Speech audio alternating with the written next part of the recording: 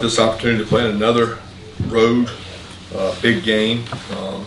Ole Miss has got a tremendous team. Lane's done an incredible job of getting talented players, big physical. The improvement on defense for them is extremely noticeable. These guys are disruptive, powerful, fast. Tons of sacks, tons of tackles for loss. I think Jackson Dart's playing probably one of the best quarterbacks playing in the country in terms of explosive plays. A lot of respect for how he competes, and the guy runs extremely physical, like a SEC running back. He doesn't try to avoid contact, he actually seeks it, and you can tell he's got a fiery, competitive attitude, just like his coach does, just like Lane does. So they have a lot of the same personality traits. Tremendous team that really should probably be undefeated. At the end of the day, they've had two really, really close games, both games that they could have easily won. So great challenge ahead, and our team's looking forward to it. We'll start getting ready today. Kirby, you had some nice words for Dart there. I want to ask you, when I look at the receiving corps, does it remind you at all of Burrow and LSU when he had those targets and the way he was playing at that time? Different offense, I think, very different offense in terms of that, but certainly talent's there. They've got several draft pick receivers that are good players, got good tight ends. They got a really good scheme. I think LSU had the same thing, but different scheme. Those two were not the exact same. LSU could go a whole game without trying to run the ball. Ole Miss will run the ball. They commit to the run, and they create shots and RPOs off of the run game. That wasn't really the LSU MO. Yeah, Coach, you talked about how physically Dart is or how physical he is as a runner. How do you go about coaching that up on the defensive side of the football when the sport's protecting the quarterback nowadays? Is it something you just, hey, play through that, go to whistle? But I think there was a moment in the LSU game where Whit Weeks kind of gets caught up in this. Is he going to slide? Is he going to be physical? How do you coach playing a quarterback that, has to be protected but runs physically? Yeah, we talk all the time. We've played a lot of quarterbacks that are good runners this year. You tackle the quarterback like he's a running back. You have to approach it that way. He's 225 pounds and he lowers his shoulders and he's physical. He doesn't give himself up very often. So we don't coach it any different than tackling a back. He might drop his shoulder, he might choose to slide. You have to react to what he does, but you have to be physical now. You can't approach this guy like he's going to give himself up, because he'll run right through you. What makes the run defense so successful? They're big. They're physical. The only remedy for stopping the run is have big people that are hard to move. In our history here at Georgia, we've traditionally been pretty good at stopping the run. You go back to the Jordan Davis days, which were probably the best we had. So it's a strong physical defensive line, and they have it now. They're physical at the point of attack, and they're good at attacking and stopping the run. Coach, going back to Dart, same system for him 2 years in a row. Where have you seen that growth for him in his game to this year? Well, he's more comfortable. He's played more football. He's got more experience. He's playing at a really high level. He sees things well. I think, he and Lane and the offensive staff are further along. They know what they're looking for. They know when you get in something, what beats that, and they know how to attack it. So he's just a proven winner, and he's a fierce competitor. He's hard to stop. Kirby, when you reviewed the Florida game with Coach Bobo and the offensive staff, what are some of the key things in terms of Carson cutting down on turnovers that you guys are going to work on? Just decision making. I think that's the bottom line. I think I was more pleased after watching the tape than anything, because he got 73 snaps. He had 68 winning decisions, really good decisions.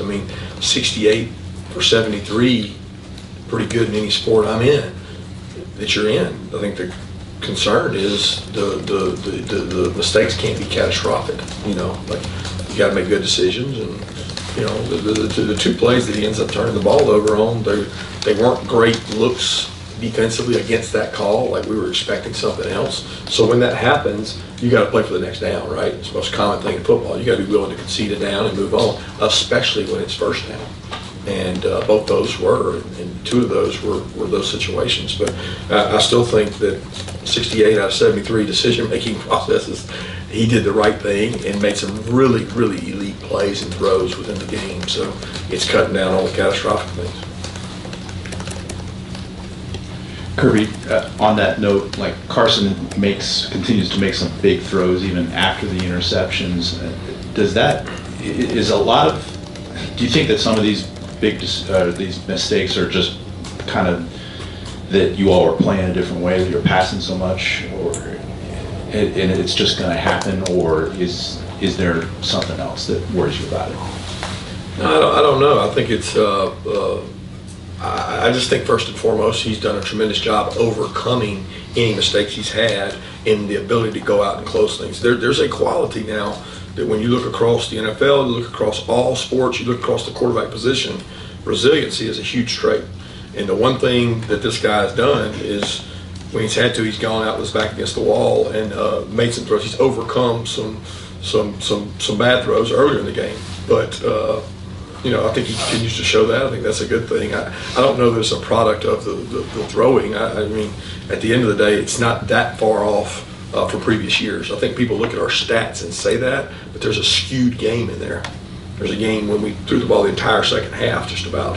So you keep looking at stats and say, well, you're throwing the ball more, therefore you have these. I don't think that's a correlation, because we had games last year that didn't matter what we did in the fourth quarter, because we were up by 30, we were up by 20. And you run the game in those, you run the ball sometimes in those. And that's been different. So I don't know that our differences in stats is more indicative of the games we've had to play in. Kirby, what kind of improvement have you seen from Ben Urosic since he got here this summer? I think he's learned the speed and the way to approach practice here. I think sometimes that takes guys, it takes freshmen a long time, but it takes transfers sometimes. They'll say, golly, I didn't really know what it was going to be like. Usually younger guys that come in, transfers, not necessarily older guys, but his ability to practice well has got better with every week. And it's translated to what he puts on the field. And he plays more physical, he practices more physical. He bought into the idea that, if I actually practice like a game, I'll play better in the game. And that's helped him, it's helped us. Yeah, Ole Miss is obviously a team that heavily leans into the transfer portal. How would you assess how your team has gotten contributions out of the guys that you brought in from the transfer portal this offseason? I'm trying to think of who all we've got. I mean, Ben Urosic is probably one of the primary contributors for us. We've got some guys in the secondary who came in that have probably helped some on special teams roles and helped some there. I think it varies position to position and year to year, depending on what you need. We've also got some really good young, talented freshmen that have come in that are going to be good players that we took over some transfers. Yeah, Kirby, when you go back and watch the film from Saturday, one, how impressive was that interception that C.J. Allen made in the fourth quarter? Two, just how have you seen his football instincts develop as he's played more and more throughout this year? Yeah, I think his confidence has improved. I was watching the Ole Miss game from last year, and I'm remembering, him and Raylan having to be out there together and playing in that game, and that's not normal for an inside linebacker to be playing as a true freshman in that magnitude of a game. And I think about seeing that picture and then seeing the picture of him playing against Florida. I thought the Florida game was one of his best games since being here. All in all, he had a couple touchdown saving type tackles. He had a couple checks on our defense. The obvious was the interception. He's a high motor, high energy, and you know what? He practices really hard too. So it carries over for him, and we have to keep him improving at that same rate. And Kirby, overall with this week, what are you kind of focusing on for Ole Miss? What are your biggest challenges that you foresee ahead? Getting better. I mean, it's not always just about Ole Miss. It's about, we've got a tough schedule remaining, and Ole Miss is who we're focused on this week. And it's about us looking kind of inside and saying, what can we improve on and get better at that's going to help us in this game. It's going to be a very passionate, competitive, high-stakes game on the road in the SEC, in which, I've been to Ole Miss for a lot of years, and it's a really tough place to play, and they'll have a great environment. So we're focused on us and getting better. Kirby, what stands out to you about Ole Miss's run game this year? Well, they do a great job of spreading you out. They're almost always right in the box count. So when you look at their runs, they got one more hat than you do. Whether that's, I think at one point, I don't know if he still is, Jackson Dart was their second leading rusher. And that's just telling you, man, they got, and they get rushing yards too when he takes off and runs. And he's a tremendous athlete, hard to tackle. The backs are good. They do a great job having a hat up front, and they do also. If you counted the passing yards they get on the RPOs in their run game, they'd lead the country because they get a lot of yards off that as well. Kirby, I know you go way back with Coach Kiffin, but in the chess match, what makes him such a well-respected play caller? What does he do offensively, strategically, that makes his style so difficult to defend? Yeah, he knows scheme. Lane's been around a lot of football.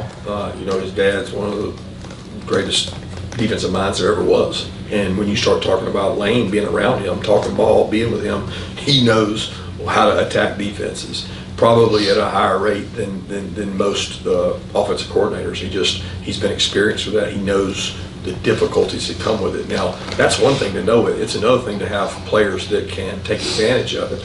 So he has that too. So when he has a quarterback that thinks like he does and they understand things, his offensive coordinator, Charlie, does a great job too, and they got Joe Cox who was over here. They got really good offensive staff, so they know how to attack defenses, and that, at the end of the day, you can't make it about scheme. You got to make it about, do I play harder than the other guy across from me? Do I play smarter than the other guy across from me? Do I play more physical than the other guy? It still comes down to blocking and tackling a lot of times, and both teams do that well. Post-game Saturday, you mentioned Carson and the receivers and kind of some miscommunications with signals and stuff like that. What do you guys do kind of between now and Ole Miss to solve for that before you go into another tough environment on the road? Same as we've done every week. Practice it. Put it on tape. That's what we do. We practice it each week. We do it with crowd noise. We do it with different ways to communicate. And it doesn't take but one. You can do 52 of those right and you do one wrong. And the one wrong is the one that people talk about. So you just got to do it right all the time. Coach, what is your anticipation on Etienne's availability with the rib injury this week? And, your run game in particular, obviously that's very important and kind of related, but I did want to get your thoughts on the weather. How closely are you watching it in terms of preparation for the possibility of rain? Yeah, we keep an eye on the weather at all times. We get updates each day, so we'll see kind of what happens with that. Etienne, I feel good about.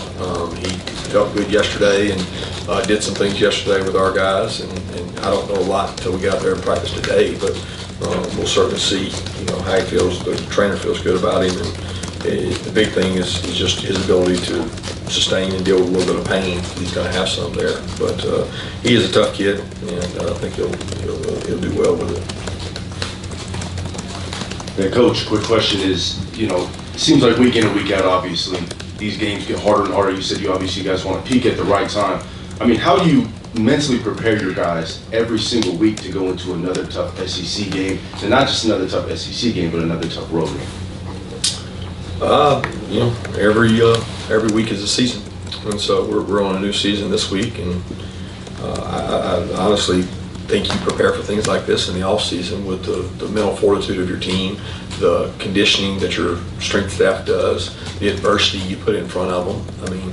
There's nothing that can simulate the schedule that we have. I can't go in the off season and simulate the schedule, but we try to be, businesslike and intense throughout the season and not treat one game bigger than the other, because when you do that, the kids kind of read into it. So for us, it's a lot of big games, and I think the elasticity of someone's ability to focus can be stretched, and we're trying to stretch that mental preparation so that they can do it over and over again throughout the season, how many games it takes. Coach, can we get an update on Smile Monday and maybe figure Rodney Robinson may be out for the season, but if he's not, let us know. And the latest on Anthony Evans and his hamstring. Yeah, again, we're hopeful to get those guys back. It's the biggest thing. I mean, I don't know at what point it's going to happen, but each one of those guys rehabbing, working their butts off, and hoping to get back to help the team soon. Coach, you faced a number of teams these last couple years that play a high pace. What makes what Ole Miss does offensively with their pace different than some of those other programs? Well, Ole Miss is a very super high pace. They get tons of snaps. Lane does a great job of doing that. It's not always tempo, although tempo factors into it. They want to get you worn down. They want to get you tired. They want to go quick. But they do a little more than your traditional just fastball teams. They'll formation you. They'll motion, which some teams don't like to motion because it slows you down. They'll motion. They'll have different splits. They're creative within their tempo to not just do the same thing over and over. They do a good job mixing it up. It helps them in the run game. It limits defenses from doing as many things, but it's hard to simulate. I'll say that, and they've been very successful at it. Commissioner Sankey released a fairly strongly worded memo about feigned injuries in the SEC. I wondered if you saw that as a growing problem in the league, and did you feel it necessary to address your players with what the commissioner said?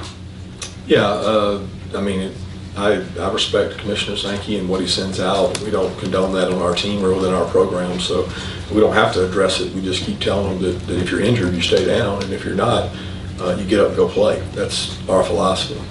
Time for one more question.